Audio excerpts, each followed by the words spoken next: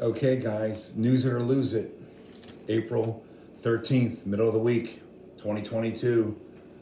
I'm going to give it to you short and sweet tonight. Remember, we're looking out for you. We've got financial tips we can give you, the news, ways to make your life, improve your life, tips that's coming up. And we're always open for comments and suggestions. If you don't like my voice, I'll try to get a lady's voice, a sexy lady's voice, whatever. Anyway, mass graves outside of Kyiv, the capital of Ukraine. The capital is in the north part of the country. Russians went in north of Kyiv and executed Ukrainian civilians that were speaking Ukrainian. Yeah, just because they spoke Ukrainian. So I saw the graves, saw the blood. The War Crimes Council was there digging up bodies and picking up bodies, bloodied bodies. Awful. If you don't believe me, go to mainstream media on cable and see it. It's just awful.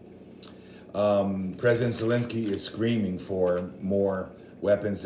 We got to finish off. They got to finish off the Russians in the east. Got to finish them off. He wants more tanks, more missiles, more drones, things that work. Got to stop the bombing. The bombings from the missiles. The missiles are being shot from Russian planes over the border into Russia, and they're also being shot from artillery. And even the old MiGs and the old Soviet tanks and new drones can knock those things out. So, once again, got to push Biden and get him to the finish line. It's just unbelievable. Funny story, funny and sad. Illegal aliens were dropped off at the border. They crossed the border and they were taken to D.C. and dropped off on the Capitol by the Texas governor. He said he would do it, and he did it because these states are claiming, and I believe them, they don't have the funds to be processing tens of thousands of illegal aliens a day coming in. So they're going to take him to Delaware, Biden's home state, and they're taking him to Capitol. I think it's hilarious, and Florida's going to do it too. I think today, April 13th, Wednesday, I think it's pretty safe to say that the Biden administration is done. I mean, it's done. They're never going to recover before the midterms. The consumer price index number came out. It was over 11%, which all the mainstream media doesn't even talk about the CPI. CPI is important. That's what you're paying for goods and services. Up over 11%, and we're paying for that. So I don't see them turning it around. They're just, Jen Psaki gets up there and makes statements, and it's like, it's just one lie after the other. And then, I mean, you can see the reporters shake their head on both sides of the aisle in the press room there. The salaries are not keeping up with the daily expenses, and that's the biggest problem that people are facing. Fixed incomes, non-fixed incomes, retirees, workers, people that live paycheck to paycheck, cannot keep up with the rising prices. There's nothing left. Paycheck to paycheck, you have nothing. Now you're buying less. Terrible. And they blame it on Putin. Biden administration is saying it's Putin's fault. I swear to God, it's unbelievable. So I think the vote's going to be the next time, the midterms and the next election. We're going to have Biden for 3 more years. The next, people vote, 81 million people voted for him, so they got to learn their lesson the hard way. If they like this inflation, high gas prices, war, that's just the way that's just facts. I'm not taking sides, that's facts. So I think the next vote for midterms and the presidency is going to be, they don't care who's in, because everybody's going to vote Republican. And that's what happens when the things are, in a crisis like this. You can say what you want about Trump, but he was a problem solver. He solved problems. Businessmen solve problems. Trump had Cavuto in there. I'm sorry, Kudlow. And Kudlow was a businessman too. And they see things, they see how to solve it, and they do it. The border, Trump told the president of Mexico, either you stop the influx of people, or I'm going to designate the cartels, which buy everything down there apparently, buy the government and everybody. Or I'm going to designate the cartel as a terrorist group, and then our military could go down there and take them out. So he decided that I will listen to you, President Trump. That's how that one got solved. I mean, it's just, that's it. Trump hired the best and brightest people. I mean, like I said, like Kudlow, he hired people that were not ideologues. They just had a feel for something and they got it done. So, um, let's see what else. Some of probably the last bit of the COVID money was excess as far as Biden. Biden and Trump both agreed on the COVID money, but some of the last that Biden put out probably really helped to fuel the inflation. And you give money to people, they're not working, they're going to just spend it. So God forbid they save the money and invest it, right? You got to live within a budget, folks. Got to live within a budget, and you've got to invest your money. You got to save your money so you can invest it. If you don't save, if you're a big spender, you're not going to have anything to save, nothing to invest.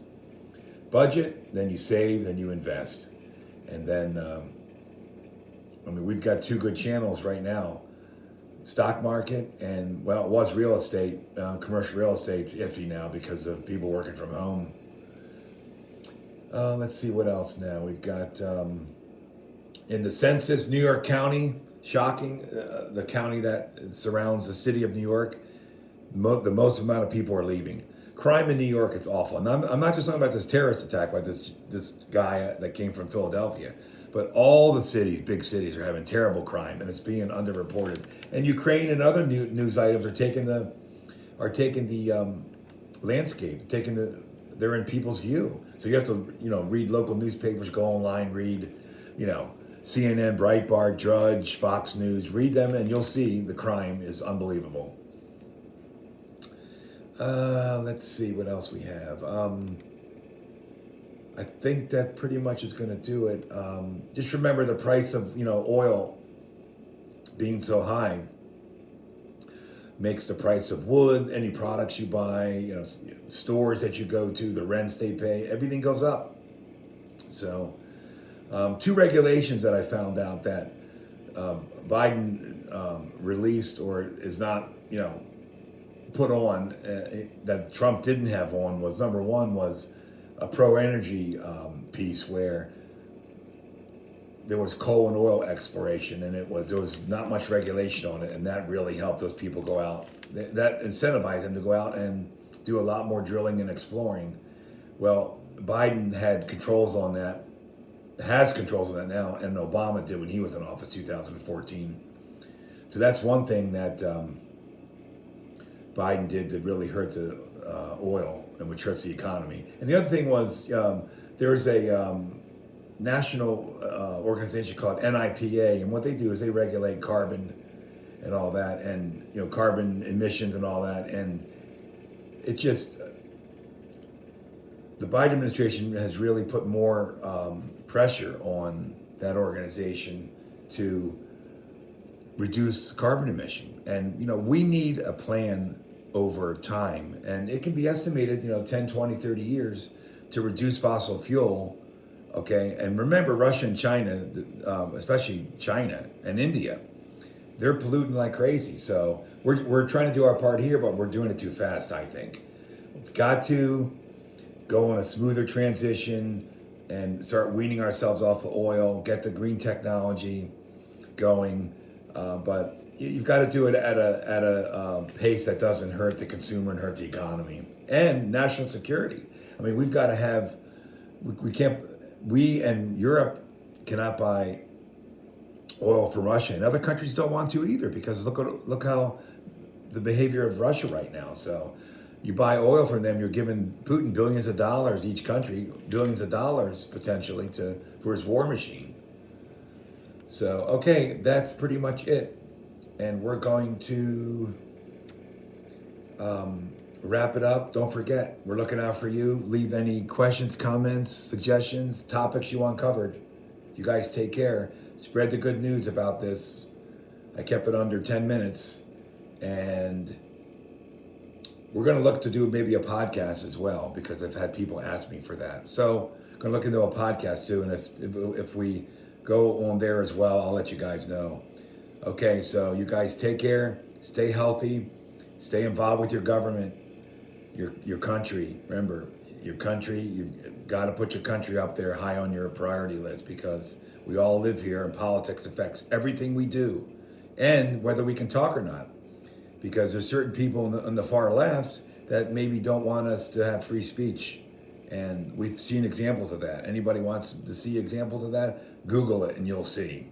So I don't know about you guys, but I love the First Amendment, free speech, and the Second Amendment, so we can protect ourselves.